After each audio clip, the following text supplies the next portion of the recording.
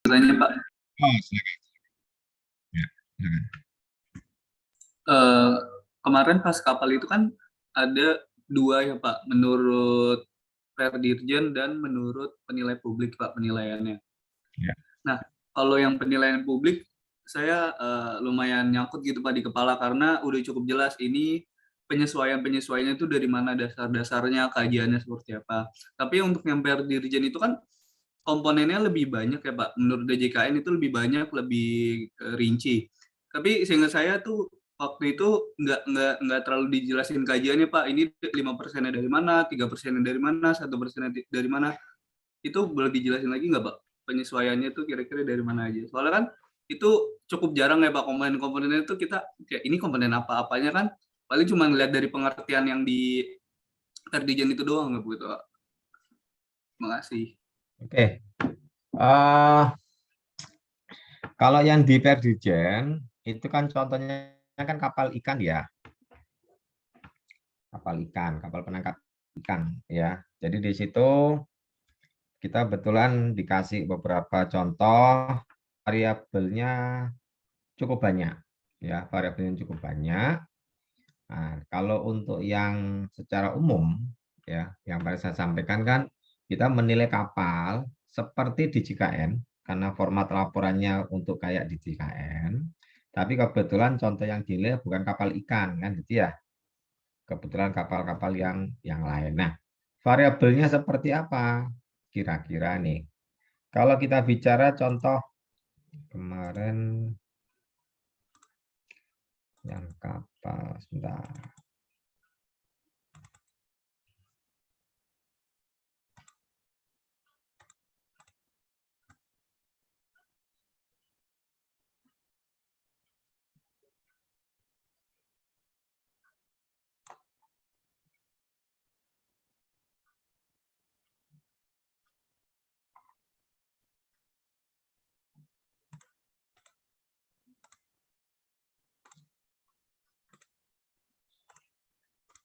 Oke, ini kan contohnya kemarin ya yang di JKN ya.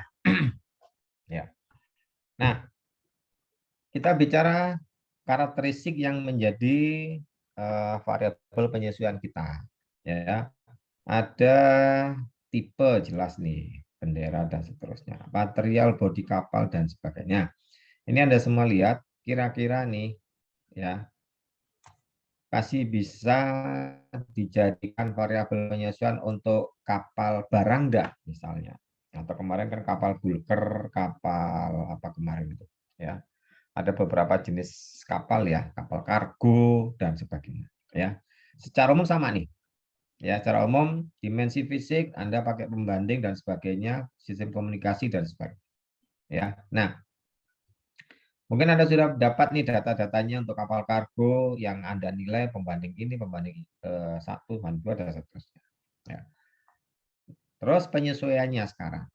Ya, penyesuaiannya kira-kira nih, ya. Kalau data yang Anda peroleh itu lengkap sama dengan objek, kebetulan objek yang dinilai juga informasi spesifikasinya lengkap, paling gampang. Contoh ya, paling gampang ya, kita bicara sistem komunikasi. Ya, sistem komunikasinya pakai apa? Ya, pakai apa yang dinilai. Terus objek penilaiannya pakai apa? Data pembandingnya pakai sistem komunikasi apa? Ya, oh dia pakai merek ini, pakai ini dan sebagainya. Kira-kira lengkap nggak? Kalau nggak lengkap, ya kita coba estimasi beberapa alat komponen terkait komunikasi dan navigasi. Itu kalau ditambahkan atau dikurangi dari data pembanding menuju ke objek penilaian, itu kira-kira perlu nambah biaya berapa? Anggap contoh nih misalnya, pembandingnya nggak punya kompas, tapi yang dinilai ada kompasnya. Kan gitu ya contohnya. Kompas itu kira-kira berapa sih nilainya? Kita coba cari browsing. Kalau objek yang dinilai dapat informasi kompasnya merek apa, serinya apa, kapasitas model dan sebagainya seperti apa. Ya seperti itu. Kita coba estimasikan. Ya seperti itu. Kalau nggak dapat, ya bisa kita asumsikan. Ya. Jadi konteks asumsi silakan Anda bisa pakai selama memang data referensi pendukungnya kita kurang lengkap. Ya, kita kurang lengkap. Silakan. Anda mau pakai asumsi, silakan. Ya. Tapi kalau dapat datanya yang lengkap, referensi data ya dari data pasar dan sebagainya Anda lengkap, lebih baik itu Anda terapkan. Ya. Jadi maksud saya begini. Kita bawa ke sisi yang lebih umum ya. Anda melakukan penilaian ya. Oh, ini komunikasi saya nggak dapat data pembanding nih ya. Sehingga Anda buat penyesuaian misalnya 10% atau 20%. Terus kelompok di sebelah Anda kebetulan rajin cari datanya, ya kan? Dan kebetulan dapat. Kira-kira nih hasil penilaiannya lebih kuat atau lebih valid yang pakai data atau pakai asumsi. Paham maksud saya ya? Gambarannya ya, seperti itu. Jadi selama masih kuliah di sini saya bebaskan Anda sebenarnya. Mau pakai asumsi silakan, mau Anda betul-betul cari data yang valid itu silakan. Ya, seperti itu. Semuanya boleh nih sebenarnya. Ya, tapi sedapat mungkin ada data. Buat apa sih sebenarnya? Ya, nanti pada saat Anda sudah lulus nih, sudah penempatan di DJKN, DJP, atau mungkin di instansi yang lain, atau mungkin Anda, Pak, saya mau keluar, Pak, saya mau jadi penilai publik di luar, misalnya seperti itu. Ya, begitu Anda mau dapat tugas melakukan penilaian, ya, data-data yang Anda perlukan, data pasar, data pembanding dan sebagainya, Anda dapatkan dengan Anda tidak dapatkan, hasilnya pasti akan berbeda. Untuk penilai-penilai publik yang laris, saya ambil contoh yang laris ya, kan ada tuh kantor jasa penilai publik yang nggak laku juga ada gitu, ya, yang nggak laku juga ada. Sama kayak kantor akun publik yang laris ada, yang nggak laku juga banyak. Ya, kenapa dia bisa laris? Karena dia punya data. Dan data itu terkadang itu di internet dan sebagainya, itu bisa jadi data itu kalau mau didapatkan harus berbayar. Bisa jadi. Ya, cari data kayak kemarin Kompas Maritim Weekly, kalau mau detail data itu penjualan dan sebagainya, mungkin ada menu tapi kita berbayar. Ya, makanya biasa kantor-kantor jasa gitu, kalau yang laris mereka sediakan alokasi biaya untuk beli data. Sehingga hasilnya pasti lebih akurat daripada yang nggak punya data atau asumsi, apalagi asumsi. Ya, seperti itu. Jadi gambarannya sama nih. Kemarin kita udah belajar penyesuaian-penyesuaiannya sebenarnya dari mana sih, Pak? Gitu kan. Ini semua sama kayak kita sudah belajar teori kemarin. Ya, kita estimasi biaya yang diperlukan untuk menyamakan objek pembanding, data pembanding nih, dengan objek penilaian. Ya. Jadi itu gampang. Kayak kemarin kita bicara, ya, contoh di sini. Ada ukuran GT, DWT, dan sebagainya. Contoh di sini GT penyesuaian -5 dan 5%. Ya, Anda punya referensi yang namanya kapal kargo, Pak, yang ukurannya 50.000 ton dengan yang ukuran kapasitasnya 55.000 ton, itu adjustment-nya berapa sih? Kita coba cari referensi. Oh, saya dapat data pembanding kalau untuk yang 50.000 ton itu sekian. Yang 55.000 ton itu sekian. Selisihnya, misalnya nih, selisihnya $1 juta. Nah, $1 juta ini kalau kita presentasikan, dibandingkan dengan total seluruh harga kapalnya, itu berapa persen? Itulah adjustment-nya sebenarnya. Adjustment dari sisi perbedaan selisih kapasitas kapalnya atau nase kapalnya. Ya, seperti itu. Jadi itu gambar. Makanya sedapat mungkin cari data pembanding yang mirip. Semakin mirip semakin bagus. Kalau semakin mirip, penyesuaian ini nggak perlu banyak-banyak. Gitu gambar. Kayak kemarin kita belajar penilaian kendaraan, ya kan? banyak sekali rinciannya penilaian kendaraan. Di DJKN detail rinci ya, sampai kondisi spion gitu kan ya, dihitung penyesuaiannya. Dari mana menghitungnya? Ya kita estimasi.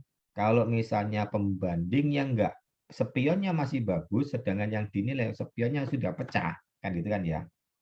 Selisih perbaikan itulah penyesuaian, jadi adjustment-nya dalam bentuk persentase. Seperti itu. Ya. Jadi di sini karena ini masih dalam masa kuliah dan kita tidak survei gitu ya. Kita kan nggak ngecek betul kapalnya nih, kita hanya seakan-akan. Kan saya pun juga nggak tahu tuh kapalnya gimana kondisinya, kan itu ya. Makanya dikasih kondisi yang sifatnya umum. Ya, karena kita nggak survei. Nah, karena sifatnya umum, saya bebaskan Anda membuat asumsi, silakan. Nah, maksud saya ya. Itu Mas apa tadi? Mas Alif ya. Iya, Pak. Nah, itu. Saya bebaskan Anda membuat asumsi. Tapi kalau nanti sudah betul-betul Anda terjun ke lapangan, ya, sedapat mungkin pengamatan itu harus. Ya, harus betul-betul lihat kondisi mesin objek yang kita nilai. Ya, seperti itu. Jadi itu ya, buat yang lain juga, silakan, saya bebaskan aja. Ya kan? Tapi makanya saya harapkan semua kelompok, masing-masing kelompok saling bekerja sama untuk betul-betul mengeksplor data. Ya. Kemarin Anda mungkin sudah pengalaman ini penilaian kendaraan, alat berat dan sebagainya. Ada dua kelompok, objeknya sama, hanya beda kota, selisihnya bisa jauh banget. Nah, kan gitu ya. Berarti ada yang salah. Ya. Salah satu kelompok itu pasti ada yang salah. Ya, seperti itu. Jadi semua harus kerjasama nih, harus explore, mencoba Anda bagi tugas, ya kan? Nanti betul-betul mencoba mencari data yang betul-betul sehingga bisa menghasilkan nilai yang valid ya. Penilaian tidak ada sesuatu sifatnya mutlak kan gitu ya, tapi akan jadi nilai yang wajar kalau data Anda valid ya seperti itu. Oke, ada yang lain silakan.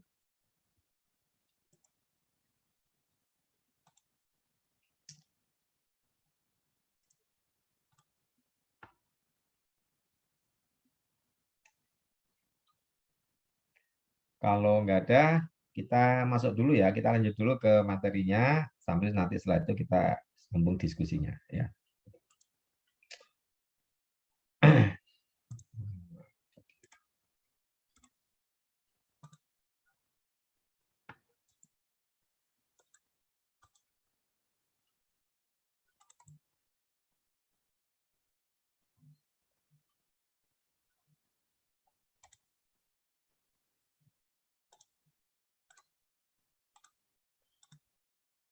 Oke, sekarang kita menilai barang scrap ya. Bayangkan Anda dapat tugas menilai mesin kayak begini nih. Ya, mungkin buat Anda yang ada yang orang Jawa Timur nggak di sini?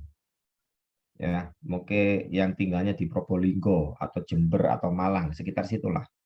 Ya, Anda mungkin pasti pernah dengar ada pabrik kertas Leces. Tahu ya, pernah dengar ya. Pabrik kertas Leces dulu salah satu pabrik terbesar, pabrik kertas terbesar di Indonesia. Ya. Sejak 20 tahun yang lalu praktis dia sudah tidak beroperasi lagi. Mesinnya kayak begini jadi. Ya, sudah rusak, teronggok yang begini. Nah, bayangkan itu suatu saat diminta untuk dinilai. Gimana caranya? Nyari pembanding susah. Ya kan? Sama-sama mesin rusak. Gimana cari pembandingnya? Ya, seperti itu. Ini kondisi. Ya. Nah, kita bicara sekarang scrap ini kayak apa sih? Maksudnya scrap ini, ya. Kita lihat dari sisi definisi dulu nih yang pertama, ya. Ada beberapa literatur terkait dengan definisi scrap. Salah satunya di IAAO, International Associate Organization. Ini organisasi penilai pemerintah. Ini adanya di Amerika, ya. mereka memberikan definisi yaitu the value the basic, ya kan, the basic ya. Jadi nilai dari sebuah basic yang sesuatu yang sifatnya dasar gitu ya. Recoverable materials ya. Jadi ini material yang bisa dirubah ya, diolah, dirubah gitu ya. Usually metals, berarti umumnya dalam bentuk logam. Of a physical property ya, dari properti yang sifatnya fisik, would have as junk, yang bisa jadi akan menjadi junk, tahu junk ya, sampah, if it were completely broken up ya, dia akan jadi sampah kalau dia betul-betul rusak, completely broken up, or too badly deteriorated. Apa ini mas? Or too badly, jadi apa, tidak mungkin diperbaiki, kalaupun diperbaiki sangat susah, too badly deteriorated to serve its normal purpose ya. Jadi sangat susah untuk diperbaiki sehingga berfungsi normal sesuai tujuan penggunaan dari mesin itu. Atau bisa diartikan juga the value of an asset at the end of its physical life. Jadi ini nilai dari aset di akhir usia fisiknya. Kemarin kita udah belajar ya, ada masa atau usia masa ekonomis, ada usia fisik lebih panjang. Ya. Nah, scrap itu sudah lewat dari masa atau usia fisiknya. Itulah yang jadi scrap. Ya. Itu definisi di IAO. Berikutnya definisi di Kamus Real Estate Appraisal. An opinion of the amount expressed in terms of money gitu ya. Jadi opini sejumlah uang yang dikatakan sejumlah uang that could be realized for the property ya, yang bisa dihasilkan dari sebuah properti if it were sold for its material content. Kalau itu dijual dalam bentuk materialnya saja, bagian-bagian materialnya. Not for a productive use, tidak untuk penggunaan kegunaan yang produktif. As of a specific date, di tanggal tertentu.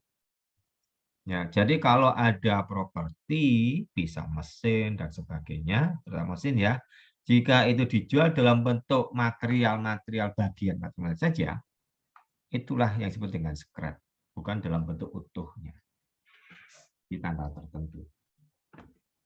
Nah, di SPI, Standar Indonesia mengadopsi Kamus Real Estate Appraisal ini. Di situ dinyatakan nilai scrap adalah perkiraan jumlah uang yang akan diperoleh dari transaksi jual beli dari bagian-bagian atau material suatu aset tidak termasuk tanah tidak untuk satu kegunaan yang produktif. Ya, jadi kalau ini ada transaksi jual beli dari sesuatu yang sifatnya bagian-bagian material, yang dijual apa? Materialnya, komponen penyusunnya, material-materialnya, bukan dalam bentuk utuh sebagai sebuah properti atau mesin atau yang lain. Itu gambaran dari yang disebut dengan scrap ya, seperti itu. Nah, scrap ini kalau kita lihat di ketentuan di Dirjen di JKN ya.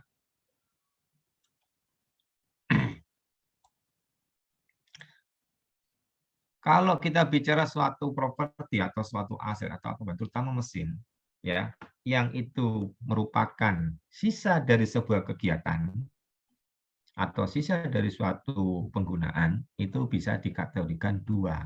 Yang pertama bisa kategori rusak berat atau tidak dapat berfungsi sesuai asalnya, atau telah melampaui dan dalam keadaan rusak berat dan tidak dapat difungsikan dalam fungsi asalnya. Jika ada suatu aset, dia sudah rusak berat, dan nggak bisa balik lagi ke fungsi asalnya. Atau aset tadi atau mesin tadi sudah lewat umur ekonomis atau umur fisiknya, sudah rusak berat dan tidak dapat lagi difungsikan. Dia masuk kategori scrap. Nah, sedikit beda sama yang sifatnya yang disebut dengan barang bekas. Kalau barang bekas, biarpun dia rusak, dia masih bisa berfungsi sesuai fungsi asalnya. Jadi ada beberapa perbedaan yang kita harus pahami dari yang disebut dengan barang bekas dan scrap ya, seperti itu. Ini kalau kita lihat di definisinya, di pengertiannya.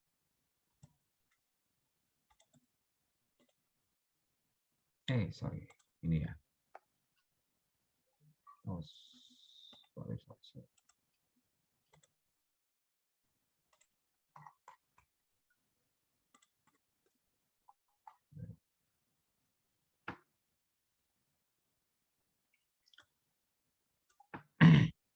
Kalau barang bekas masih bisa dipakai sesuai fungsi hasilnya. Tapi kalau barang sama-sama barang bekas dan tidak bisa difungsikan lagi sesuai asalnya, dia masuk kategori scrap atau istilah Indonesianya limbah padat. Scrap itu kayak gimana sih? Ya, Anda bayangkan mesin, Anda ketemu barang apa nih? Bekas AC, bekas meja, bekas mesin apapun, aset-aset apapun, yang itu sudah tidak utuh, itulah scrap. Ya. Tapi kalau barang bekas, dia masih bisa dipakai.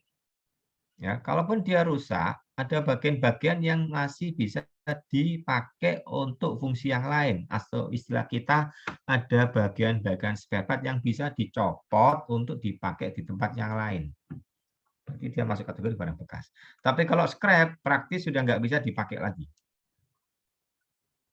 Ya.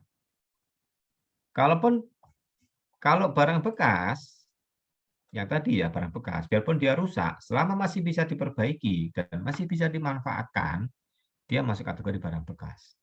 Tapi kalau scrap, sama-sama dia barang bekas, tapi kalau diperbaiki itu perlu biaya besar. Dan itu tidak ekonomis, terlalu mahal biayanya. Dia masuk kategori scrap.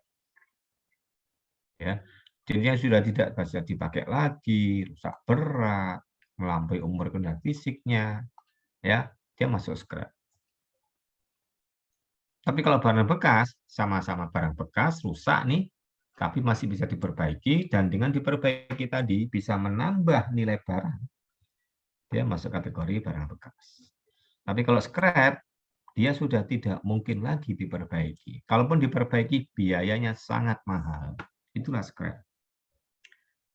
Maka karena sudah tidak mungkin lagi diperbaiki, maka menghitung nilainya adalah berdasar sisa-sisa materialnya yang kita perhitungkan, bagian-bagian dari materialnya. Ini yang masih punya nilai ekonomisnya. Tapi kalau barang bekas, dia masih bisa dijual sesuai dengan fungsinya. Contoh, ya, kemarin setelah UTS kita belajar penilaian kendaraan. Ya, salah satu contoh penilaian kendaraan adalah menilai mobil Isuzu Panther. Masih ingat ya? Kita menilai mobil Isuzu Panther. Itu apa? Barang bekas. Oh, Pak, kan mobilnya udah rusak, udah jelek. Iya, tapi masih kategori barang bekas. Kenapa? Ya, kalaupun dia sudah rusak, mobilnya nggak bisa jalan, gitu ya. Masih ada komponen-komponen yang bisa diambil spare part ini, yang tadi bahasanya dikanibal. Dia masih kategori barang bekas.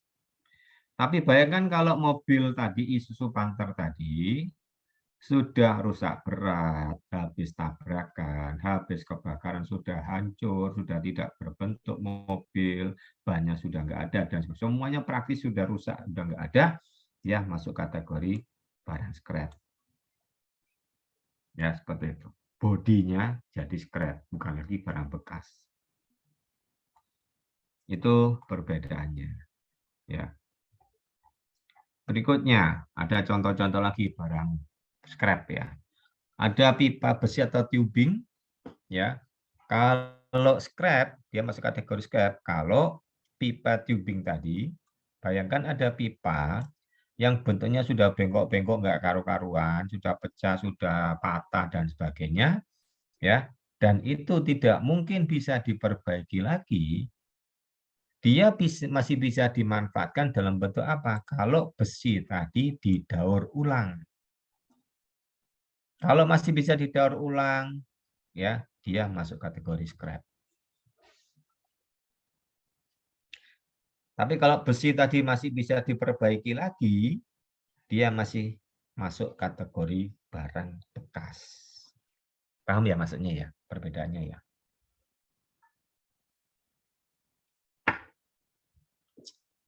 Oke, berikutnya ada istilah gasket atau dead stock. Kalau di sini gasket diartikan sebagai sarana untuk menyambung antar pipa. Jadi penyambung pipa itu disebut gasket atau dead stock. Nah, istilah dead stock ini akan sedikit beda di dalam konteks accounting. Ya, ini Anda harus perhatikan ya. ya nanti. Kalau di accounting, deadstock ini, ya. Deadstock adalah produk yang terdapat dalam gudang yang tidak bergerak selama setahun atau dengan kata lain dia tidak terjual. Jadi contoh begini, ada sebuah perusahaan menghasilkan suatu produk barang elektronik misalnya, gitu ya.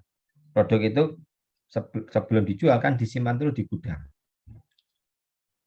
Bagi bisnis yang tidak menggunakan software manajemen gudang yang bagus, maka deadstock ini akan terus berada dalam gudang karena terlupakan hingga akhirnya menjadi barang yang tidak berguna. Jadi contoh dari produk tadi, katakan suatu barang elektronik, ya disimpan dulu di gudang. Karena si pabrik ini tidak punya manajemen gudang yang bagus, dia lupa bahwa dia punya barang itu. Karena barang tadi hanya tertumpuk dengan barang-barang yang lain. Paham ya maksudnya ya?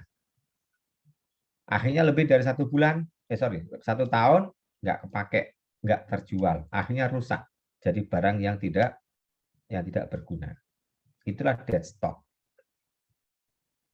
Jadi bisa jadi suatu saat Anda dapat tugas sebagai penilai menghitung nilai deadstock di gudang. Berarti apa? Barang yang tertumpuk-tumpuk tadi yang sudah nggak kepake, sudah nggak berguna. Ya, jadi kalau Anda dapat tugas, pastikan deadstock yang mana nih? Deadstock sebagai barang yang tadi yang dalam gudang, atau deadstock yang diartikan sebagai seperti gasket tadi. Ya, sorry. Sebagai pipa penyambung tadi. Ya, ini deadstock. Ya, jadi kalau Anda pengen ada material atau komponen penyambung pipa dan ini sudah rusak, nggak bisa diperbaiki, dia masih punya nilai nggak? Masih punya dalam bentuk apa? Kalau deadstock atau gasket ini dijual dalam bentuk untuk kepentingan mau didaur ulang. Nah ini tadi. Dia masih punya nilai ekonomis kalau ini didaur ulang. Gitu ya. Contoh lagi monitor komputer, PC, dan sebagainya. Ya, yang sudah rusak nih, teronggok di gudang. Ya, sudah pecah layarnya dan sebagainya. Pokoknya semuanya sudah rusak. Ya, masih punya nggak nilai ekonomis? Masih ada. Apa? Dalam bentuk materialnya. Jadi yang namanya PC, tahu ya PC ya, dia masih punya casing, rusak. Tapi kan casing ini masih dalam bentuk material yang kita bisa olah, kita daur ulang di situ. Contoh casingnya. Berarti PC ini masih punya nilai scrap di situ. PC yang sudah rusak, sudah hancur ini diperbaiki, itu nggak mungkin. Kalaupun bisa, biayanya sangat mahal. Ya kan? Karena sangat mahal, dia bukan kategori barang bekas. Dia masuk kategori barang scrap di situ. Itu maksudnya. Ya, seperti itu. Berikutnya kapal dari baja. Nah, ini. Ya, ada kapal sudah rusak, nggak bisa berlayar, bocor semua dan sebagainya. Sudah berkarat dan seterusnya. Ya. Masuk kategori scrap. Apa yang bisa dihitung nilainya dari kapal yang sudah rusak tadi? Yang kita bisa hitung adalah berupa nilai dari material sisa, berupa logam dari kapal tersebut. Makanya sering kita dengar istilah, itu ada orang jual kapal sudah rusak, berapa nilainya? Ada orang bilang, paling-paling nilainya kayak besi tua. Nah gitu ya. Sering kita dengar istilah kapal besi tua. Apa? Ini sebenarnya maksud. Jadi kapal yang rusak itu tadi, yang kita hitung nilainya hanya berupa material sisanya. Itulah konsep yang kita sering dengar istilah besi tua, dan seterusnya. Karena material sisa yang diperhitungkan. Sampai sini ada gambaran ya, terkait dengan barang scrap itu apa. Ya, seperti itu. Oke, kita lanjut dulu. Ya. Barang scrap ada dua jenis, yaitu yang sifatnya mengandung unsur logam sama yang non logam. Untuk yang logam juga dibagi dua, ada yang dominan unsur fero atau besi, yang pertama ya, yang kedua unsur logam yang dominan unsur selain non besi, bisa aluminium, bisa yang lain, tembaga dan sebagainya.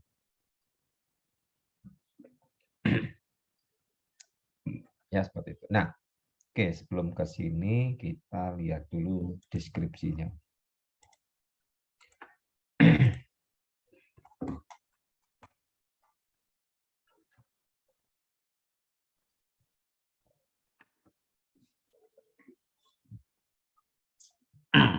Ya, jadi di sini Anda perhatikan scrap ini bagi dua tadi ya, yang dari unsur logam sama yang non logam. Yang logam ada kita bagi dua, dominan besi fero atau yang non fero. Ya, konsep logam di sini adalah logam-logam yang dikenal dalam tabel periodik unsur-unsur kimia. Ini buat yang dari IPA pasti masih ingat ya, tabel kimia. Ya, tabel periodik unsur kimia. Berarti kalau ada salah satu unsur di situ, itulah masuk kategori scrap yang masuk kategori logam. Ya, seperti itu. Sedangkan yang non logam bisa dari karet, plastik, kayu, kertas, kain, dan sebagainya. Nah, sekarang kita lihat dari sisi yang logam dulu nih. Ya, yang pertama yang banyak mengandung unsur fero atau besi. Ya. Nah, untuk yang mengandung besi fero ini ya dibedakan kualitasnya. Ada disebut dengan besi tua kelas A. Nah, sering kita dengar istilah besi tua ya. Sering kita dengar istilah. Besi tua pun ada kelas-kelasnya. Ada yang kelas A, ada yang kelas B. Apa sih bedanya? Kalau yang kelas A, besi ini punya ketebalan minimal 6 mili. Ya, 6 mili. Bentuk besinya bisa jadi besi H-beam, ini yang biasa buat gudang, ya, buat kolom-kolom atau balok di gudang. Bisa pipa, bisa besi beton tahu ya, buat tulangan di dalam kolom atau pondasi, ya kan? Bisa plate rel kereta. Nah, ini dan sebagainya. Ya, kita tahu yang namanya rel kereta itu kan cukup tebal ya. Betul nggak? Rel kereta. Ya, kan cukup tebal. Nah, kalau ada rel kereta yang sudah rusak, sudah nggak bisa dipakai lagi, dan seterusnya, dia masuk kategori besi tua yang kelas A. Karena cukup tebal.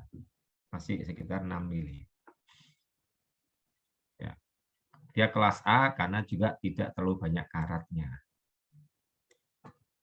Sedangkan yang kelas B ini agak sedikit lebih tipis, minimal 3-5 mili. Contohnya di sini potongan plat, pelek mobil, sisa pemotongan koil. Ini contoh yang kelas B. Untuk yang kelas C lebih tipis lagi, dia antara 2-3 mili. Ini contohnya kawat seling, seng pabrik, ya sengnya, paku, plat bodi mobil bekas, dan lain-lain. Ada lagi yang lebih tipis lagi, yang kelas D, yang paling tipis nih. Ya, ini antara 1-2 mili ketebalannya. Ini biasanya sisa-sisa serutan atau bubutan. Ya, dan seterusnya. Nah, ini semua penggolongan dari kelas-kelas besi. Ya, kelas-kelas besi. Oke. Berikutnya ada juga yang menggolongkan sesuai ada kelas G1, G2, dan nanti sudah dibaca ya. Buat yang lain ya. Terus ada pakai istilah kelas B1, B2, dan seterusnya. Ya, nanti tolong Anda baca nanti penjelasan lebih lanjut. Ya. Oke, kita lanjut dulu nih ke logam ya yang sifatnya non fero atau selain besi.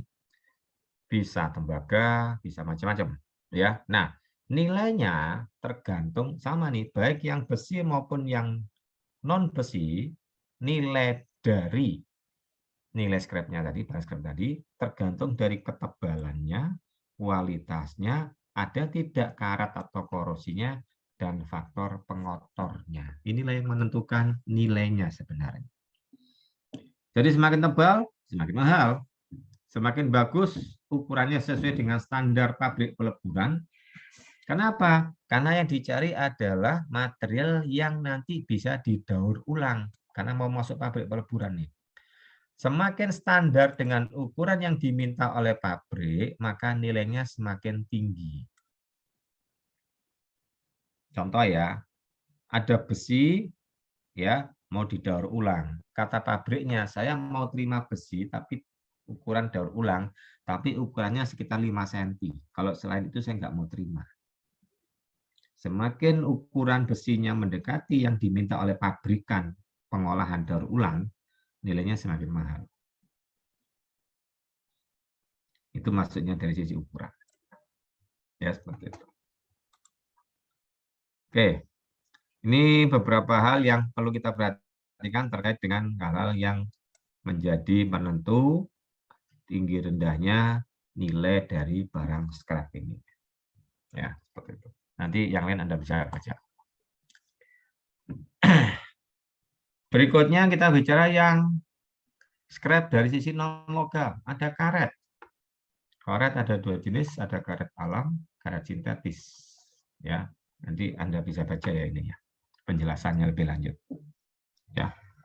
Nah, karet-karet ini di mana nilainya dia sebenarnya? Kalau karet yang sudah nggak bisa dipakai lagi, ya, dia punya nilai. Kenapa? Karena karet tadi mau diubah menjadi serbuk karet, mau didaur ulang nih, ya, untuk diolah kembali jadi produk-produk yang lain. Ya, seperti itu. Karet ini macam-macam. Jangan bayangkan karet gelang gitu ya. Tapi karet macam-macam. Bisa karet bekas sepatu sol, bisa karet bekas konstruksi bangunan dan sebagainya. Ya. Nah, nilai karet ini, nilai karet yang masuk kategori scrap ini, ya, ada kelas-kelasnya juga. Paling mahal kalau karet tadi berasal dari material atau komponen yang digunakan untuk bantalan jembatan, contohnya. Jadi Anda jangan salah ya, kalau Anda di jembatan itu ada bantalannya, terutama buat sambungan, ya, sambungan antar jembatan. Ini contohnya, sambungan bentangan antar jembatan.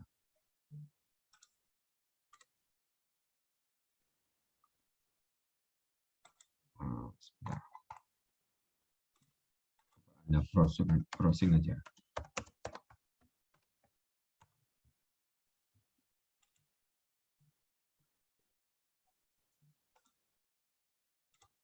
Nah, ini contohnya, ya. Jadi di bawah jembatan itu ada karetnya, paham ya?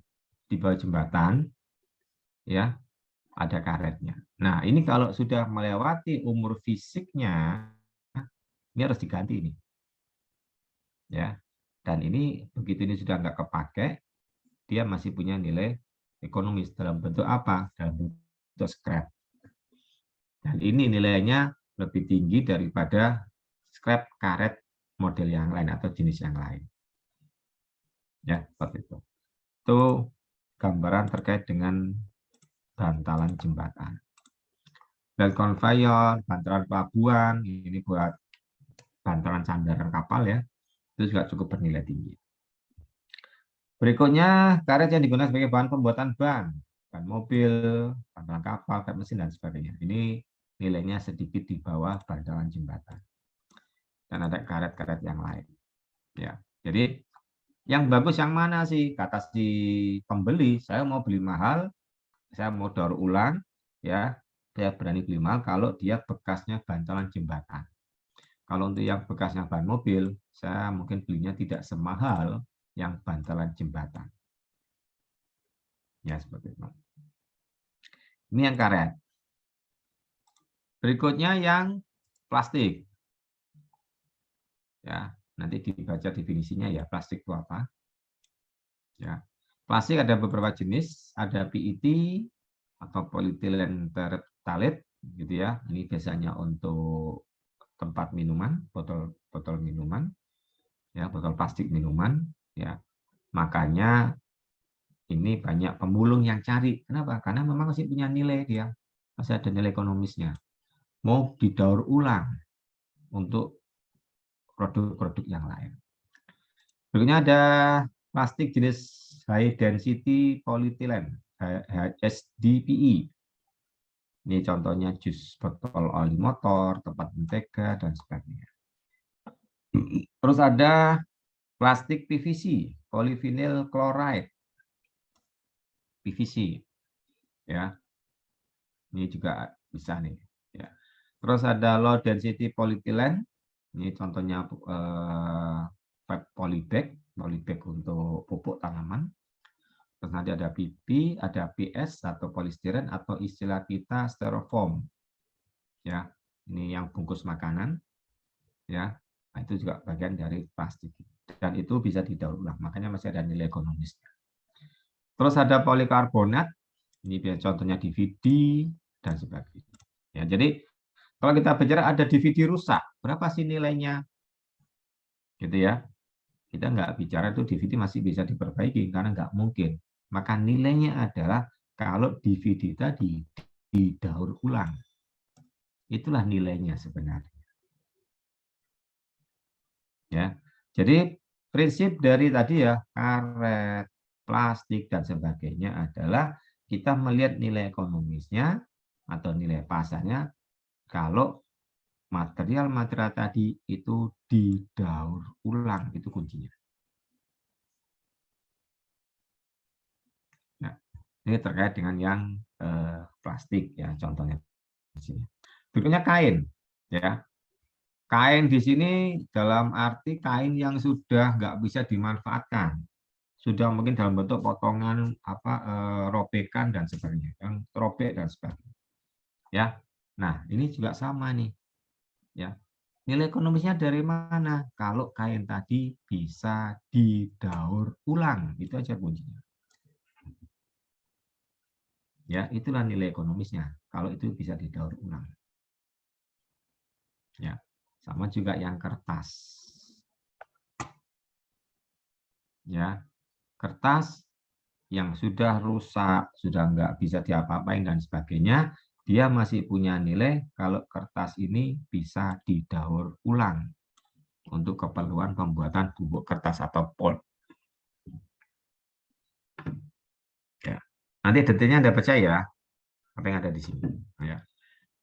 Terus kayu, ini juga sama nih. Ya, bayangkan instansi Anda atau kantor Anda atau perusahaan, ada sebuah perusahaan yang punya furnitur, sudah lama, sudah tua, sudah lapuk, sudah bengkok-bengkok, patah-patah, dan seterusnya. Sudah kemakan rayap, tapi itu semua masih ada di gudang. Suatu saat itu mau dijual. Ya, dijual dalam bentuk apa? Ya, dalam bentuk kalau kayu-kayu tadi bisa didaur ulang. Ya, buat apa? Buat pembuatan bubuk kayu. Nah, ini kan bahasanya.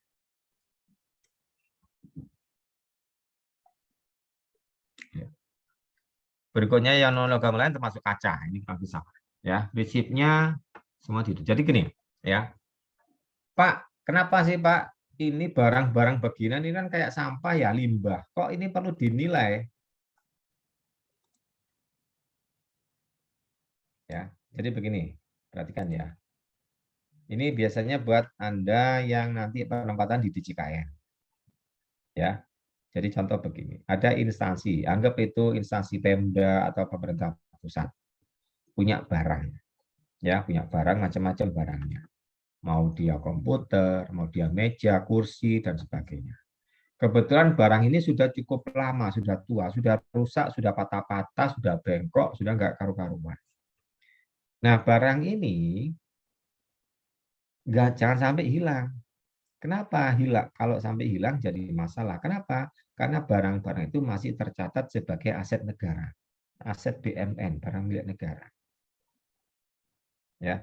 Nah, barang-barang yang sekian banyak yang sudah teronggok di gudang tadi, ya masih tercatat jadi asetnya negara, asetnya BUMN atau asetnya Pemda. Ya, suatu saat Pemda tadi punya keinginan catatan ini mau dihapus. Ya, gimana caranya? Nggak bisa sekedar catatannya di tip X, nggak boleh. Paham ya maksudnya ya? Jadi bayangkan begini, ada Pemda di daerah Sumatera Utara, gitu ya contoh. 30 tahun yang lalu beli furnitur. Ya, 30 tahun yang lalu beli furnitur. Katakan beli furniturnya katakan di tahun 1990. Ya, contohnya begitu. Furniturnya dipakai nih. Masih bagus, terawat, ya. Sampailah di tahun 2010 furniturnya sudah sangat jelek, sudah rusak, akhirnya dipindahkan ke gudang. Paham ya? Furnitur ini disimpan di gudang. Tapi catatannya bahwa Pemda tadi punya furnitur itu masih ada. Nggak bisa sekedar dihapus atau di tip X, nggak boleh. Nah, furnitur ini ada di gudang. Sejak tahun 2010 kemarin. Ada di gudang. Jalanlah 10 tahun, 11 tahun, sampailah di 2022 hari ini. Terus pengelola barang, misalnya bupati atau kepala dinasnya berpikir, ini saya punya aset sekian banyak, tapi barangnya rusak semua. Sudah jadi barang scrap, nggak bisa diapa-apain. Ya, gimana caranya ini harus dihapus? Ada prosedur penghapusan sesuai peraturan Menteri Keuangan. Ya, ada beberapa cara penghapusan. Yang pertama, kalau dia masih punya nilai ekonomis, maka penghapusan tadi bisa melalui lelang. Makanya sering kita dengar ada kendaraan dinas sudah tua dilelang. Paham ya? Ini contohnya. Buat apa sih dilelang? Karena mau dihapus statusnya di dalam catatan aset barang milik negara atau barang milik daerah, BMD. Mau dihapus, dilelang. Ya, seperti itu. Nah, kalau sudah nggak punya nilai ekonomis, ya kan, dalam bentuk scrap, dihitung dulu nih, berapa nilai scrapnya, baru setelah itu dilelang. Atau kalau tidak, bisa dimusnahkan. Ya, nanti ada berita acaranya dan sebagainya. Dari situlah baru bisa dihapus catatannya di dalam daftar aset. Nah, inilah nanti salah satu tugas Anda kalau Anda nanti penempatan di DJKN, menghitung barang scrap, barang yang sudah nggak kepake, sudah rusak, sudah hancur dan sebagainya. Ya, nilainya dalam bentuk materialnya saja. Ya, seperti itu. Itu gambar. Oke ya. Nah, sekarang gimana melakukan penilaiannya? Prinsipnya sama. Kita bicara proses penilaian mulai dari tahap persiapan, pengumpulan data awal, dan seterusnya. Ya. Nah, kalau untuk barang scrap yang kita kumpulkan datanya bukan STNK-nya, bukan BPKB-nya, tapi apa? Yang kita cari adalah tonasenya atau beratnya. Paham ya? Yang dibutuhkan adalah tonasenya. Ya. Setelah itu kita lihat deskripsinya. Ya, barang scrap ini dulu fungsinya sebagai apa? Kondisinya bagaimana? Sudah rusak berat dan sebagainya. Spesifikasi, terus unsur-unsur materialnya apakah dia logam, non logam, kayu dan sebagainya. Contoh. Setelah itu kita survei. Ya, dari permohonan yang masuk kita survei nih. Ya, kita cek verifikasi daftarnya. Terus kita foto, ada dokumentasinya. Terus kita validasi. Nah, buat Anda yang nanti di DJKN, Anda yang nanti penempatan di Kantor Pelayanan Kekayaan Negara dan Lelang KPKNL, bisa jadi nanti ada instansi yang minta punya aset mau dinilai. Nah, instansi tadi akan berkirim surat ke DJKN untuk minta dinilai. Nah, si tim penilai harus memvalidasi nih, ngecek dulu betul nih ada permohonan penilaian. Setelah itu kita validasi deskripsi objek penilaian yang mau dinilai seperti apa, dan kita survei materialnya. Jadi harus didatangin objeknya, kita survei materialnya apa sih, apakah besi, ataukah non logam, kayu, plastik, dan sebagainya. Itu langkah-langkah awal kita sebelum melakukan penilaiannya. Ya. Nah, itu gambarannya ya, bisa dipahami ya, seperti itu. Ya, jadi ini yang kita perlukan. Nah, kalau ini sudah kita lakukan, setelah itu apa? Kita bicara penerapan pendekatan penilaian. Untuk barang scrap hanya bisa pakai 2 pendekatan, yaitu pendekatan pasar sama pendekatan biaya. Bayangkan ada seonggok barang sudah jadi kayak limbah padat. Istilah limbah padat. Ada segunung nih limbah padat scrap. Ya, Anda mau nilai pakai pendekatan biaya, kira-kira bisa nggak? Pendekatan biaya itu, dengan pendekatan pendapatan. Dengan pendekatan pendapatan bisa nggak ini dinilai? Apa sih pendekatan pendapatan itu? Kita coba mengestimasi kalau barang tadi yang seonggok tadi itu bisa nggak disewakan? Kan nggak ada. Makanya pendekatan pendapatan nggak bisa diterapkan untuk barang scrap. Ya, berarti hanya bisa pakai apa? Pendekatan pasar sama pendekatan biaya. Pendekatan pasar apa ini maksudnya? Ya kita cari pembanding. Barang scrap tadi yang setumpuk tadi, yang sudah rusak, hancur, nggak karu-karuan tadi, ada nggak pasarnya? Ada nggak orang menawarkan barang yang sejenis? Kira-kira ada nggak? Ada. Dari mana? Dari pedagang pengepul. Nah, gitu kan? Oh ya, pedagang pengepul besi bekas, besi tua, dan sebagainya. Itulah sebenarnya data pembanding kita. Ya, seperti itu. Nah, kalau pendekatan biaya berarti apa? Yang kita tadi tahu ini barang yang sudah setumpuk, pipa sudah rusak, bengkok, dan sebagainya, patah, dan sebagainya, ya kan? Kita akan cari RCE-nya dulu. Setelah itu dikurangi dengan penyusutan. Itu aja prinsipnya, sama aja. Ya, seperti itu. Jadi, kita sekarang lihat secara umum nih gambarannya. Ya. Untuk scrap dengan pendekatan pasar, ini ya, coba perhatikan. Mencari nilai scrap dilakukan dengan mencari nilai properti dengan cara membandingkan beberapa data penjualan dan penawaran dari properti yang terletak tidak jauh dari properti yang dinilai atau daerah dengan potensi sama dan dengan melakukan penyesuaian antara pembanding dengan objek penilaian. Jadi contoh begini. Di sini ada yang orang Medan ya. Ada nggak yang dari Medan? Ada ya? Ada ya dari Medan? Halo? Iya, Pak. Terus putus ya? Suara saya agak putus sekali ya. Tes, 1, 2, 3. Agak Masuk, Pak, masuk. masuk ya? Kayaknya.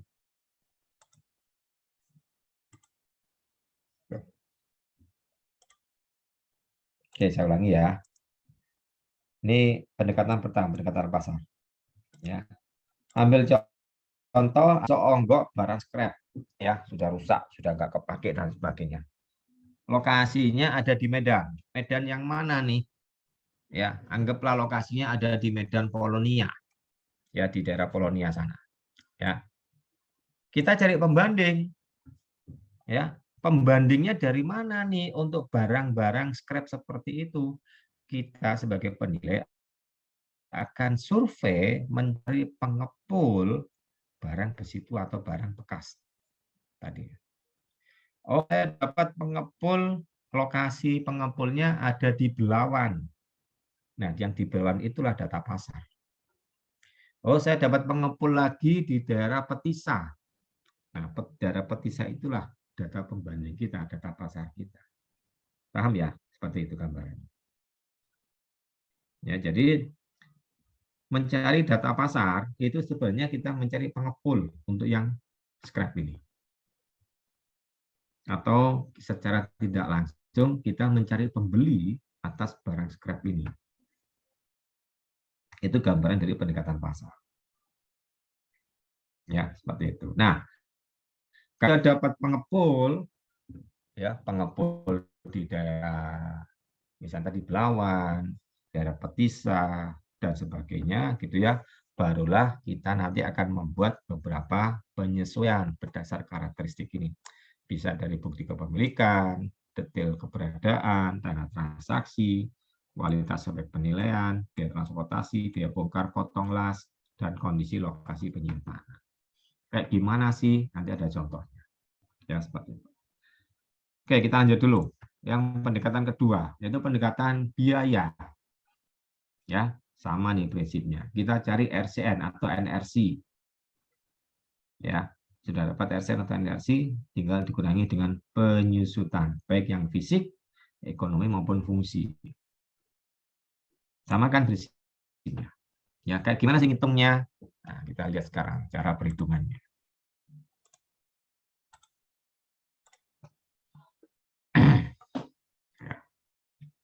Nanti Anda bisa baca ya detailnya ya. Kita langsung ke contoh. Ya, jadi tadi ya, sorry. Untuk yang pendekatan data pasar nih, ya, variabel yang dijadikan penyesuaian tadi bukti kepemilikan, detail keberadaan, transaksi, kualitas. Nah, kualitas bisa ketebalan, jenis, dimensi, bentuk, pengotor. Terus ada biaya transportasi, biaya bongkar potong las, ya, terus kondisi penyimpanan. Apakah yang penyimpanannya di lingkungan yang korosif, berdebu, atau basah. Ini pendekatan data pasar. Untuk pendekatan biaya, cari NRC, kurangi penyusutan. Sama nih prinsipnya. Ya. Oke, kita ke yang biaya dulu nih. Ya. Dapat NRC, kurangi penyusutan. Nah, penyusutannya, karena ini barang sudah melewati umur fisiknya, maka penyusutan fisiknya pasti besar di sini. Di sini digunakan antara 85 sampai 99,9%, malah hampir 1%. Berarti udah hampir 0. Karena saking rusaknya dia, saking hancurnya dia. Nah, penyusutan ini tidak ada ukuran bakunya, ini berdasarkan pengamatan tim penilai ya. Ini perhatikan ya. Berdasarkan pengamatan tim penilai. Tidak ada stabil pastinya. Apa sih maksudnya ini? Anda sebagai tim penilai akan melihat misalnya ada seonggok barang scrap. Ya, Anda mengestimasi dari seonggok ini, kalau ini dulu waktu beli baru itu harganya katakan 100 gitu ya contohnya, 100. Karena ini sudah hancur, sudah rusak nggak karu-karuan, kira-kira material yang masih bisa dimanfaatkan itu sisa berapa persen? Oh, ini masih bisa sisa sekitar 10%. Contoh ya. Maka penyusutan fisiknya sebenarnya 90%. Karena di sini membuat batasan antara 85 sampai 99,9. Oh, materialnya masih bisa dimanfaatkan 5%. Berarti sebenarnya penyusutan fisiknya 95. Itu gambarannya. Oke, saya ngikutin ya. Gambaran terkait dengan penyusutan fisik. Fisik dulu nih sebelum yang lain. Ya, seperti itu. Nah, yang namanya barang scrap, karena tadi sudah rusak enggak karu-karuan, bisa jadi penyusutannya 100%. Loh kok bisa, Pak? Berarti habis dong, 0. Iya, bisa jadi. Kenapa? Karena materialnya praktis sudah nggak bisa dipakai lagi. Sudah nggak bisa lagi didaur ulang, nggak akan bisa dimanfaatkan. Nah, kalau itu yang terjadi, bisa jadi kesimpulan nilainya malah bernilai negatif. Paham ya sampai sini ya? Berarti penilai pun bisa memberikan opini nilai negatif. Gimana nih caranya, Pak? Gimana ceritanya nih kok bisa nilainya negatif? Gitu ya. Jadi kalau ada barang scrap yang betul-betul hancur sehingga materialnya pun sudah tidak bisa dimanfaatkan, maka nilainya adalah paling tidak sebesar biaya relokasi atau biaya pembongkarannya. Siapa itu yang mengeluarkan biaya relokasi? Berarti kan yang punya barang, betul nggak? Contoh ya, ketika ada Pemda Medan punya barang sudah rusak nggak karu-karuan. Ya, dilihat oleh tim penilai, ini materialnya sudah nggak bisa dipakai lagi, sudah nggak bisa didaur ulang, nggak akan ada yang mau beli. Gitu ya. Berarti penyusutan fisiknya bisa 100%. Nah, ini barang kan masih ada di gudang. Di gudangnya Pemda. Ini kalau mau dimusnahkan perlu biaya. Biayanya berapa pemusnahan? Atau mungkin dibuang. Masa kita dibuang gitu ya, dimusnahkan. Biayanya untuk mengirim dan sebagainya, misalnya 50 juta. Biaya dikeluarkan. Berarti apa? Nilai barang tadi sebenarnya minus 50 juta. Betul nggak? Kan itu ya. Karena si yang punya barang dia mengeluarkan duit nih. Nah, kan nilainya bisa jadi minus. Karena betul-betul barangnya sudah hancur, nggak bisa diapa-apakan, tidak bisa didaur ulang, tidak bisa dimanfaatkan untuk yang lain. Ya, seperti itu. Jadi itu gambarnya kenapa nilainya bisa jadi minus. Ya, seperti itu. Oke ya, itu gambar. Nah, penyusutan ada yang sifatnya fisik dan fungsi. Ini contohnya. Ya, untuk DJKN hanya menggunakan sampai dengan penyusutan fungsi, usaha fungsi. Dan dibuatkan tabel. Untuk yang Vero kelas A ini antara 50 sampai 80 dan seterusnya. Kayu 70 sampai 85 dan seterusnya. Ini keusangan fungsinya. Ya, dan ekonomis ini digabung. Ya, seperti itu. Oke ya. Ini gambaran besaran penyusutan atau keusangannya, baik fungsi ataupun ekonomi. Ya. Nah, sekarang kita ambil contoh. Ini ada penilai, dapat tugas menilai seonggok barang-barang seperti ini nih. Udah nggak karu-karuan bentuknya. Ini ngapain sih Pak dinilai Pak? Bikin sepet mata aja. Gitu ya. Iya kan? Kenapa ini dinilai? Karena barang-barang ini masih tercatat sebagai asetnya suatu instansi. Yang namanya instansi tidak boleh sembarangan menghapus aset. Ya, kalau sampai aset itu dihapus sembarangan, yang menghapus bisa kena semprit dari BPK di audit pada saat di audit ini. Ya, itu gambarannya. Nah, ini karena nggak bisa dihapus, numpuk di gudang atau ditaruh di halaman, dibiarin aja, kena hujan, kena panas, lama-lama rusak, hancur. Ya, nah ini kata yang punya barang, saya mau jual aja deh. Nanti saya mau hapus, saya mau jual, saya mau lelang, saya mau hapus di catatannya. Panggillah dia penilai. Kak penilai, saya punya barang seperti ini. Tolong nilaikan dulu. Buat apa? Saya mau lelang. Ya. Nah, deskripsi objeknya seperti ini. Barangnya sudah rusak berat, tidak ekonomis, material utamanya besi, sedangkan yang lain material pengotor. Ya, seperti itu. Nah, si penilai survei, ya, yang tadi dengan pendekatan pasar, survei kemana? Ke pedagang pengepul besi tua atau besi bekas. Ya, surveilah dia bahwa kalau ini dijual ke pengepul masih perlu biaya lagi transportasi nih antara 2 sampai 3% dari harga per kilogram. Terus ada biaya potong las 5 sampai 6%. Dan barang yang mau dinilai ini beratnya tadi yang saya sampaikan ya, spesifikan dibutuhkan adalah tonase atau berat. Ya, kondisi lokasi penyimpanan di tempat terbuka dan kualitas barangnya grade D+ antara C dan D. Ya, nah sekarang ini spesifikasi barang mau dinilai. Sekarang kita mau nilai nih, gimana caranya? Ya, kita bisa survei atau sekarang banyak nih di internet.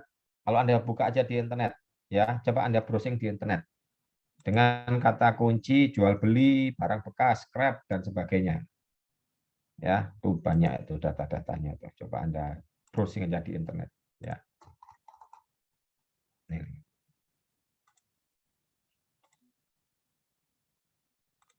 Nih.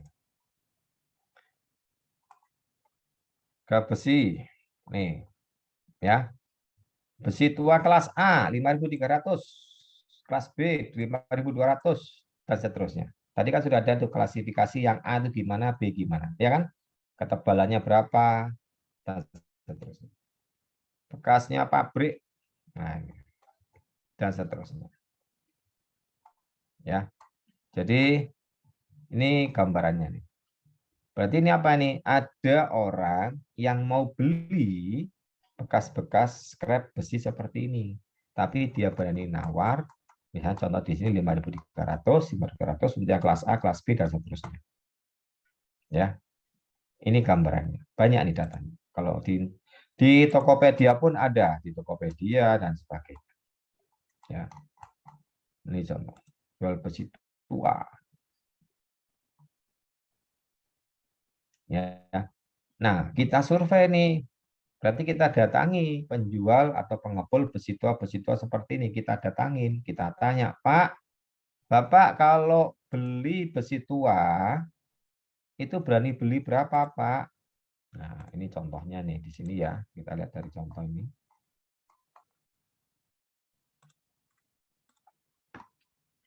Contoh ada objek scrap besi yang tadi seperti ini. Ini lokasinya ada di Kutai Kartanegara. Ya, si penilai survei ke pengepul atau penjual besi tua ada yang di Balikpapan, ada yang di Samarinda. Oke. Nah, ini mau dinilai saat itu penilaiannya di Mei 2011. Maka cari surveinya juga di bulan Mei 2011. Ini mau dilelang barang-barang tadi. Sedangkan kita survei nih ke penjual-penjual ini. Nah, penjual yang pertama dia bilang, saya berani beli 2.000 per kilo, tapi dengan catatan besinya itu utuh rapi. Terus kualitasnya grade C, masih bagus.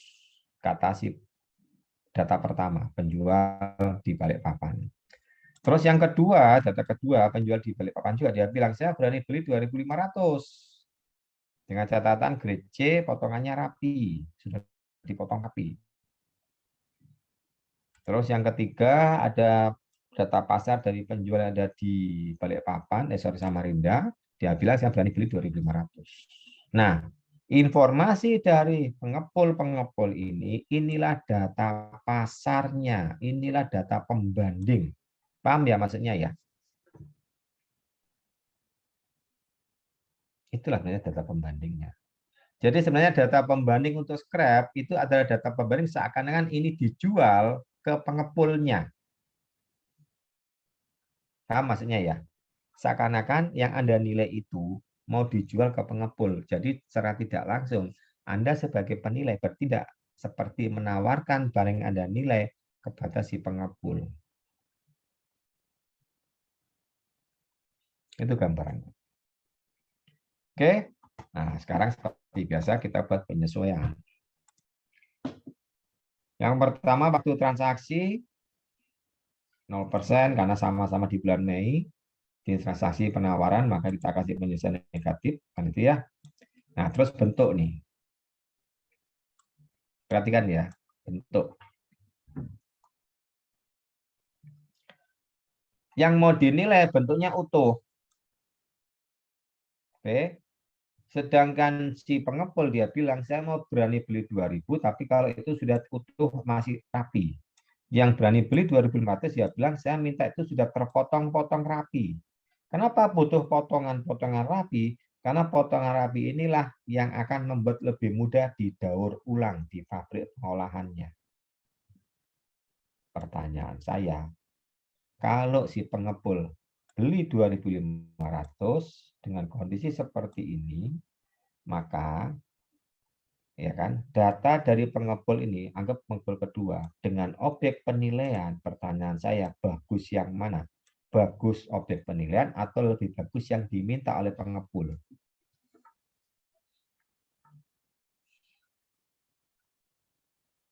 Gimana kira-kira?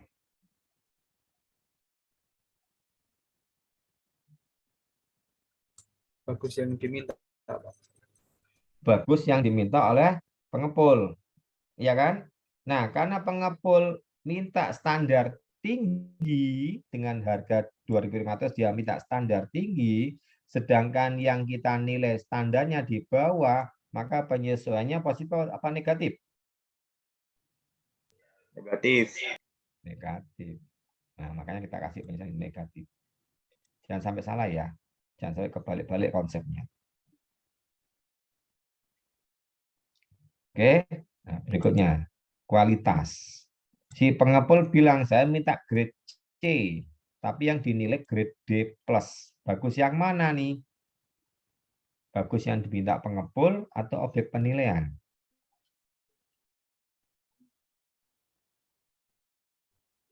Yang diminta pengepul. Ya, maka penyesuaiannya positif apa negatif? Negatif. Gitu ya. Ini gambarannya nih, penyesuaian negatif. Dari mana selisih ini? Dari survei. Nih. Ya, kita buat survei. Kalau ini bentuk tadi masih utuh dipotong-potong, perlu dipotong-potong, itu perlu biaya 5-6%. Dan seterusnya. Kualitas, kita survei juga ini tadi. Kenapa nih 10%? Ya, kita tanya sama si pengepul. Pak pengepul, kalau ini kualitasnya sedikit di bawahnya, berapa berani beli berapa? Ya, paling penyesuaiannya sekitar 10%. Nah, ini kita masukkan di sini. Terus lokasi penyimpanan, ini tadi sama juga minus karena ini yang ini tempat terbuka, sudah berkarat, sudah basah dan sebagainya, tapi si pengepul mintanya masih dalam posisi tertutup. Maka kasih penyesuaian lagi minus 5%.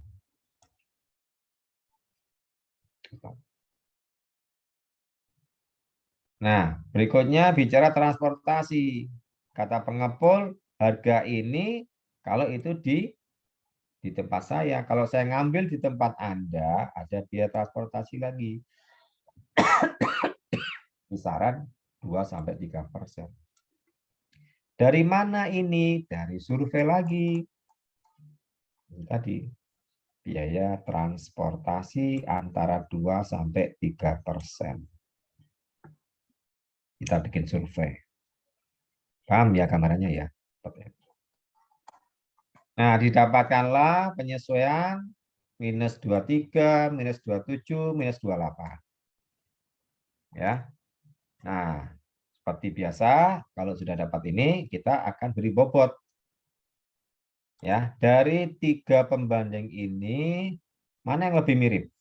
Yang paling mirip pembanding berapa?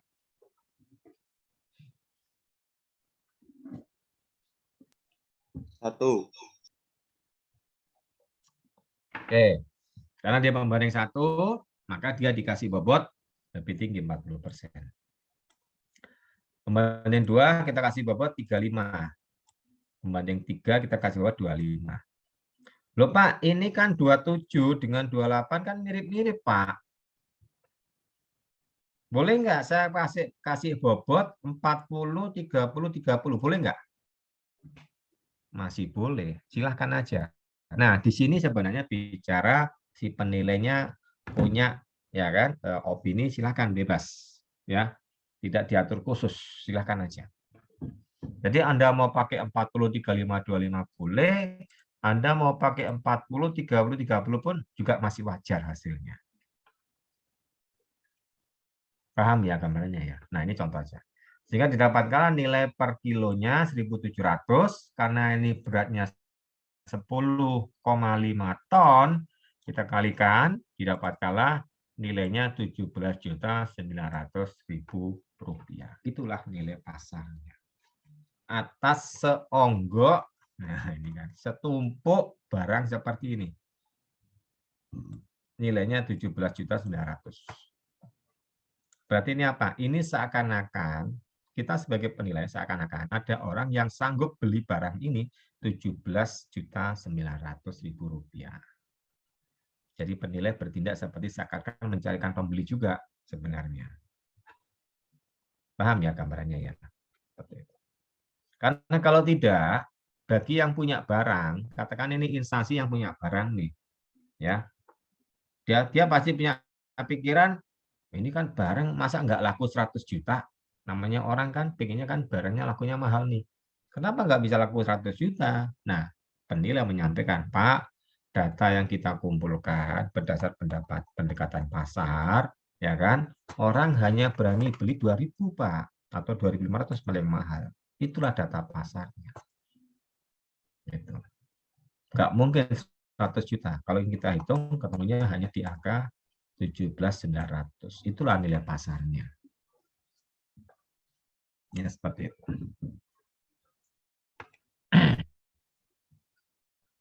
Oke ya, lanjut sekarang kita ke karet. Ini juga sama caranya, ya. Yang kita mau nilai ada seonggok, setumpuk karet yang seperti ini. Udah rusak nggak karu-karuan. Ini mau dinilai. Ya, kondisi objeknya seperti ini, rusak berat. Ya. Ada survei, biaya transportasi dan sebagainya. Ya, terus yang dinilai ini karet yang masih bagus karena dia dari struktur teknis sipil dari bantalan jembatan. Terus ada biaya potong 50%, terus tonase yang kita nilai 20 ton. Ini contohnya. Objek yang dinilai ada di Jakarta. Mau dilelang. Kondisi masih utuh, kondisi bagus. Kita cari pengepul. Pengepul, dapatlah pengepul di Bekasi, di Tangerang, dan di Jakarta. Kata pengepul Bekasi, saya berani beli 750 per kilo, tapi kondisi karetnya sedang dan sudah dalam potongan. Ya, padahal yang dinilai kondisi kelas 1 dia, karena bekas bantalan jembatan. Lebih bagus. Ya, seperti itu.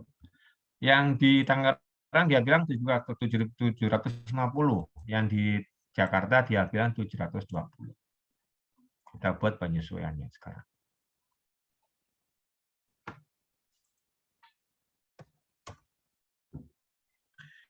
Waktu transaksi sama, maka 0%. Nah, jenis transaksi karena penawaran, kita kasih penyesuaian minus 5%. Nah, sekarang bentuk. Kata si pengepul, saya mau beli 750 kalau bentuknya sudah potongan. Kenapa potongan? Karena kata si pengepul, ini nanti lebih mudah kalau didaur ulang. Sedangkan yang dinilai masih utuh. Utuh seperti apa? Utuh seperti ini nih, masih utuh. Ini kan utuh ya. Pengepul maunya sudah potong-potongan. Sudah dipotong-potong. Maka perlu biaya lagi. Maka ada penyesuaian di sini berdasar survei, penyesuaiannya minus 50%. Dari sisi kualitas positif 10%. Kenapa positif 10%? Karena yang dinilai dia karet yang lebih bagus kondisinya. Dia bekas bantalan jembatan. Sedangkan si pengepul dia bilang saya karet yang biasa, yang sedang. Maka kasih penyesuaian positif 10%. Transportasi minus 5%, ini 0%, karena sama-sama di Jakarta. Sehingga total penyesuaiannya 50, 50, 45. Minus. Ya. Nah, karena yang paling mirip yang mana nih? Pembanding 1, 2, atau 3 yang paling mirip?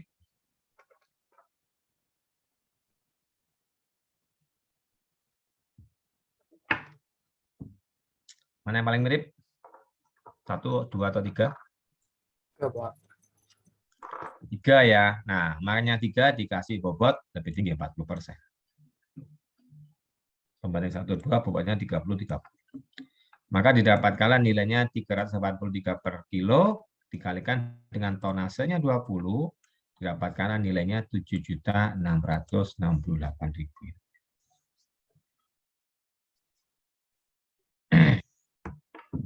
Oke ya, ini yang karet. Yang plastik juga sama. Yang mau dinilai tumpukan plastik-plastik seperti ini. Yang mau dinilai nih, ini contoh. Sama caranya. Ya. Biaya kita survei, biaya-biaya yang lain, ada biaya cacah, motong-motong 50% dan seterusnya. Nah, ini yang dinilai plastik ada di Jakarta, Surabaya. Pembandingnya atau pengepulnya ada di Sidoarjo, ada di Malang, dan di Surabaya. Ya, seperti itu. Oke. Kata yang di Sidoarjo, saya berani beli plastik tadi, tapi dalam bentuk sudah terpotong rapi, saya berani ambil Rp500 per kilo. Yang di Surabaya dia bilang, saya berani ambil Rp400 per kilo. Dalam bentuk sudah terpotong-potong rapi. Kita masukkan penyesuaiannya.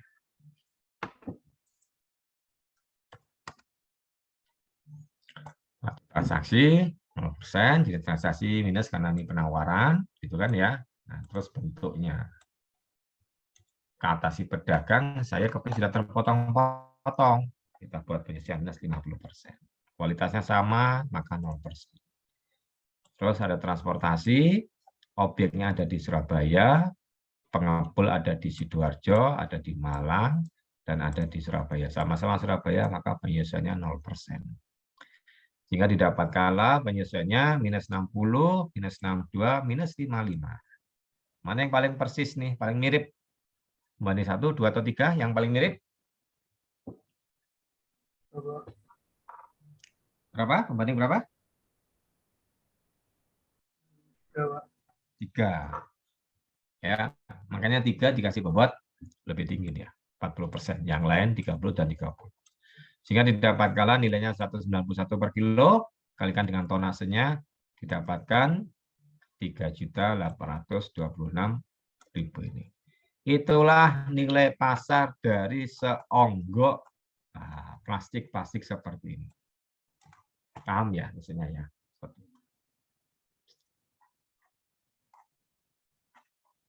Oke. Berikutnya kain. Ini juga sama prinsipnya. Ya.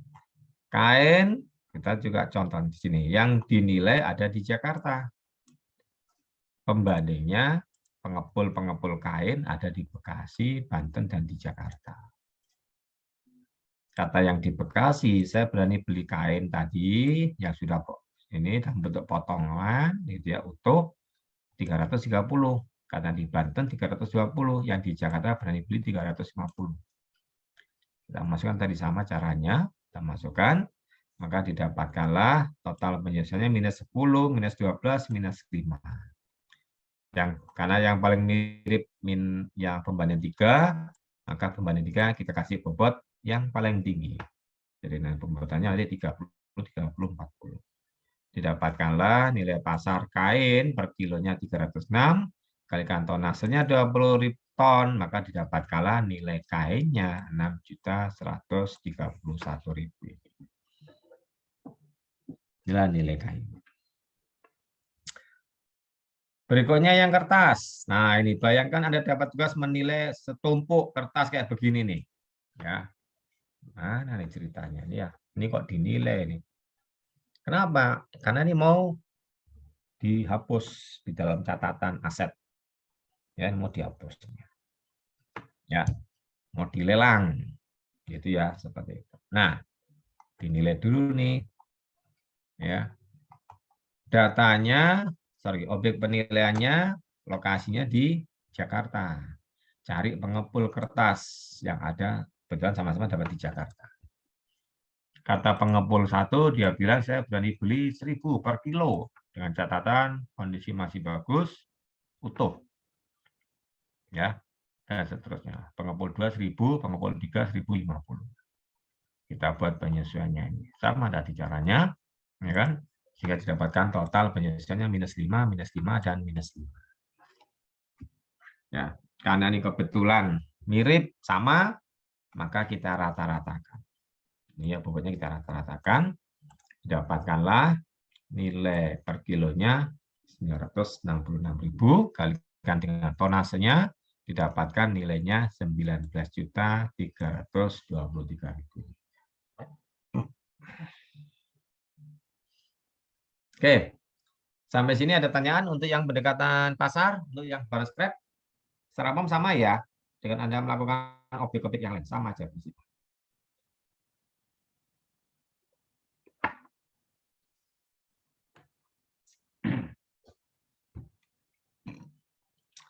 Kalau nggak ada, kita ke pendekatan biaya. Ya, yang dinilai, ini contoh yang berikutnya ya, yang dinilai sama nih, setumpuk kertas seperti ini, yang dinilai sama, tapi dinilai dengan pendekatan biaya, bukan pasar, bukan data pasar, tapi pakai pendekatan biaya. Caranya gimana? Prinsip pendekatan biaya apa? Kita cari NRC atau RCN, kan itu ya. Yang namanya kertas, RCN-nya atau NRC dari mana? Dari harga kertas baru, kan gitu ya. Betul nggak? Dari harga kertas baru. yang dinilai adalah kertas-kertas bekas pemilu nih. Dalam bentuk formatnya A4. Ya kan? A4. Ukuran ininya 70 gram. Kita cari harga baru dari kertas A4 70 gram. Berapa harga barunya? Kita cari di pasar. Rata-rata satu rem itu harganya 40.000. Betul nggak? Kan kurang lebih sekian ya. Rata-rata kan segitu. Itulah RCN. Ya. Nah, RCN kita mau tahu RCN atas total 20 ton. Gimana caranya menentukan RCN 20 ton? Kita akan cari dulu nih hitungan RCN per kilo. Ya. Nah, kita cari. Yang namanya kertas satu rem itu beratnya sekitar 2,2 kilo. Maka kita bisa hitung per kilonya rata-rata sekitar 18.182. Inilah RCN per kilonya. Bisa ngikutin sampai sini ya? Ya, seperti itu. Nah, karena sudah dapat RCN per kilonya, maka kita bisa hitung RCN total. Berapa RCN totalnya? Dari harga RCN per kilo 18.000, kita kalikan 20.000. Sudah dapat nih RCN total, kan itu ya. Nah, karena sudah dapat RCN total, kita tinggal kurangi dengan penyusutan. Penyusutan fisik didapatkan 85%. Ya, kurang penyusutan fisik 85%, maka didapatkanlah nilai setelah dikurangi penyusutan fisik sebesar 54 juta. Sudah dapat nih nilai setelah penyusutan fisik, kita kurangi lagi dengan keusangan fungsi. Berdasar tabel untuk kertas didapatkan 65%. Maka nilai pasarnya menjadi 54 kurangi 65%. Didapatkanlah 19.091.000 ini. Nah, karena yang dinilai tadi kertas yang seperti ini, kita pakai dua pendekatan. Yang satu pendekatan pasar dapatnya 19.300.000, sedangkan pendekatan biaya didapatkan 19.091, maka kita rekonsiliasi hasilnya. Kan seperti itu kan ya. Kita rekonsiliasi, didapatkanlah untuk pendekatan pasar 19.300.000 misalnya gitu kan. Oke. Setelah itu kita bisa bobot misalnya 50 atau 50. Dapatkanlah nilai pasarnya 19.207.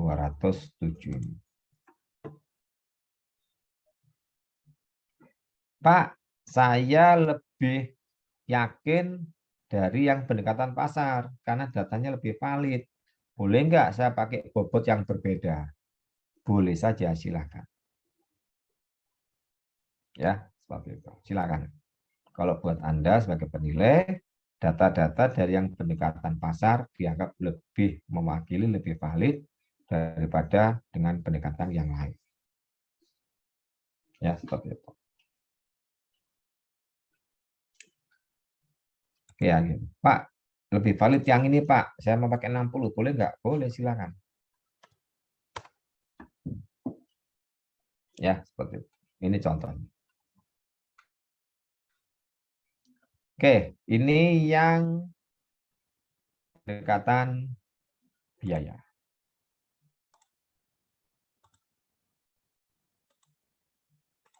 Ini contoh yang kertas. Berikutnya contoh yang kedua, untuk kita pakai contoh di sini besi. Ini ada besi ya, bekas pakai, punyanya kontraktor-kontrak kerjasama. Ini migas ya. Ini mau dilelang bekas-bekas besinya ini. Dulu belinya seharga 837 juta. Kapan belinya? Tahun 97. Ya, tahun 97. Prinsip pendekatan biaya apa? Kita cari NRC, kan itu ya. Cari RCN. Gimana caranya cari NRC? Pakai di sini yang namanya metode koefisien atau istilah kita pakai konsep future value. Future value-nya dari mana nih? Perhitungan NRC-nya dikalikan dengan angka future value yang di sini nih. Harga perolehnya berapa? 837. Berarti nanti 837 di sini. Ya, kalikan 1 plus N. Sekarang pertanyaannya, I-nya berapa ini? Dapat I kira-kira dari mana?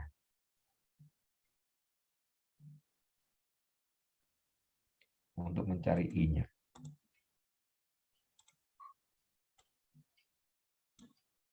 Dari mana I-nya ini?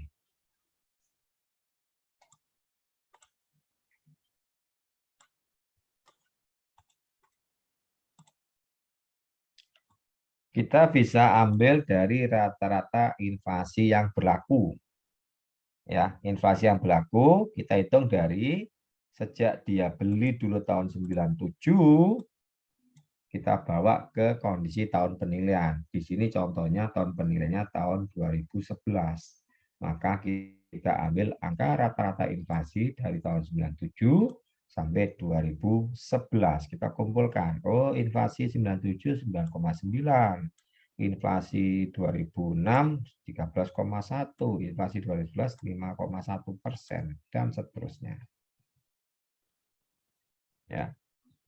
Nah, ini.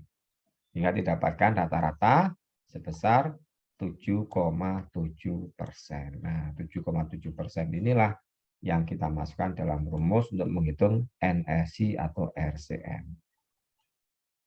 Di sini dikasih pangkat 15. Kenapa pakai pangkat 15? Dari mana nih kira-kira?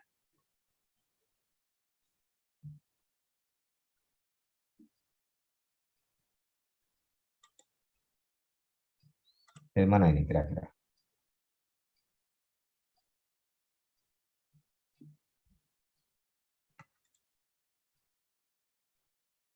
Ada yang bisa jawab? Ada yang bisa bantu jawab? 97 sampai 2011. Ya, 2097 sampai tahun 2011. Coba dihitung, angkanya betul nggak ini? Karena pengalaman kemarin beberapa peraturan yang dari DJKN, angkanya beda. Coba dihitung, betul nggak ini angkanya? Hasilnya betul nggak? Coba Anda hitung.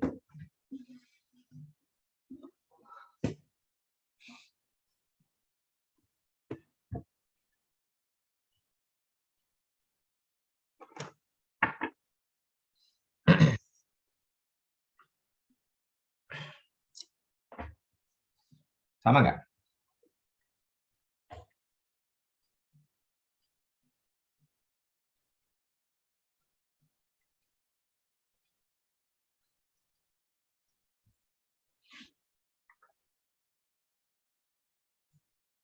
Sama, Pak. Sama ya. Oke, inilah NRC-nya.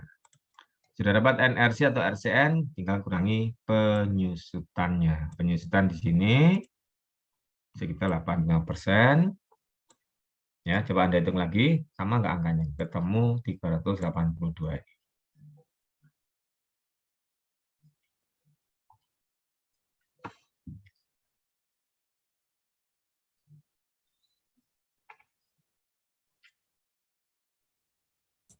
Sama lagi, Pak. Sama ya. Oke ya. Jadi perhatikan ya. Kalau ada pertanyaan, Pak, ini dapat dari mana nih, Pak? 85%. Sini kan nggak kelihatan ya. Dapat dari mana nih 85%? Kira-kira.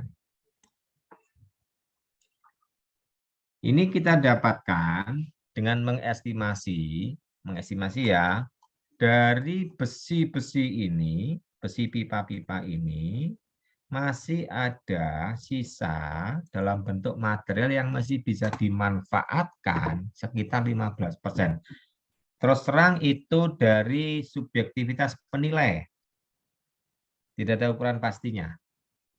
Ya, kita penilai diberi kelulusan untuk mengestimasi berapa nih kira-kira material yang masih bisa dimanfaatkan dari besi ini.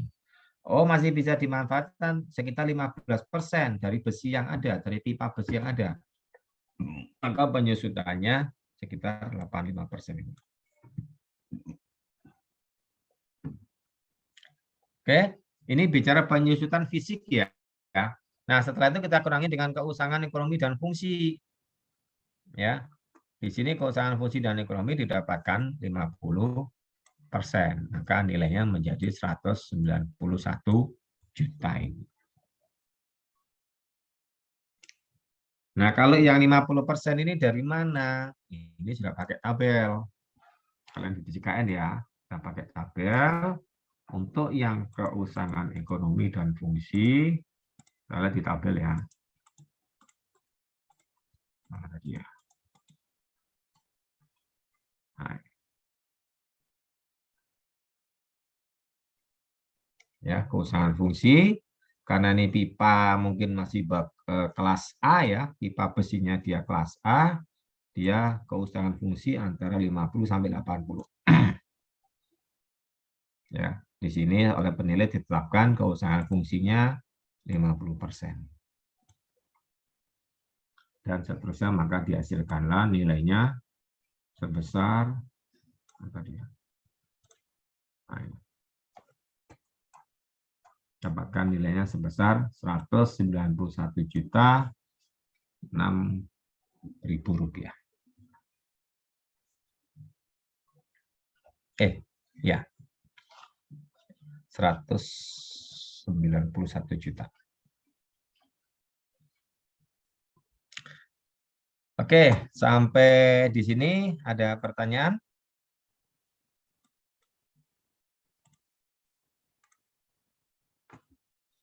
Silakan. Izin, Mbak.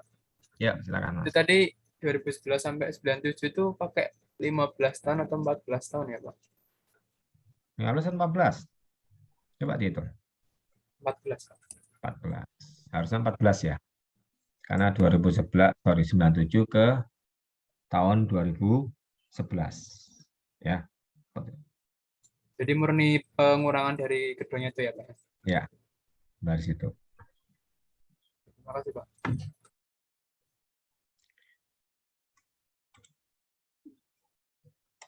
Oke, ada yang lain?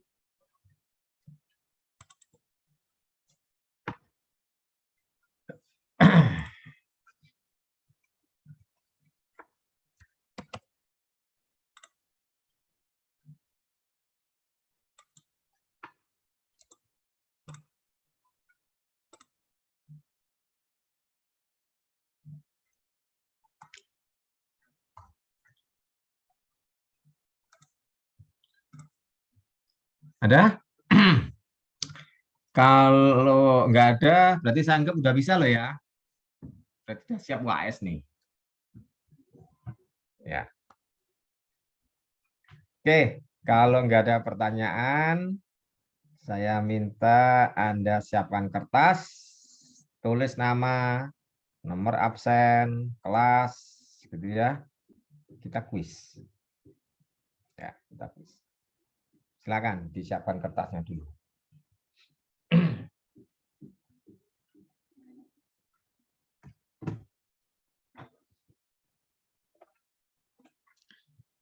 Terus saya minta nyalakan kamera ya. Nanti selama kuis saya minta kamera dinyalakan.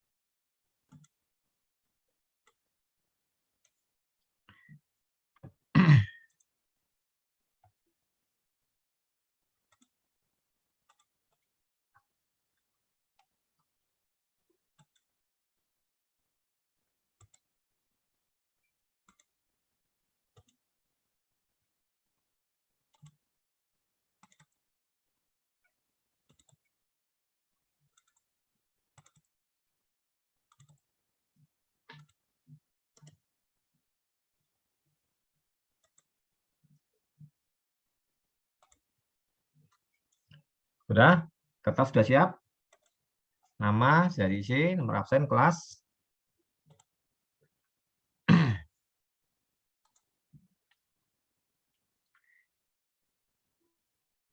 Oke, kalau sudah, perhatikan. Ya,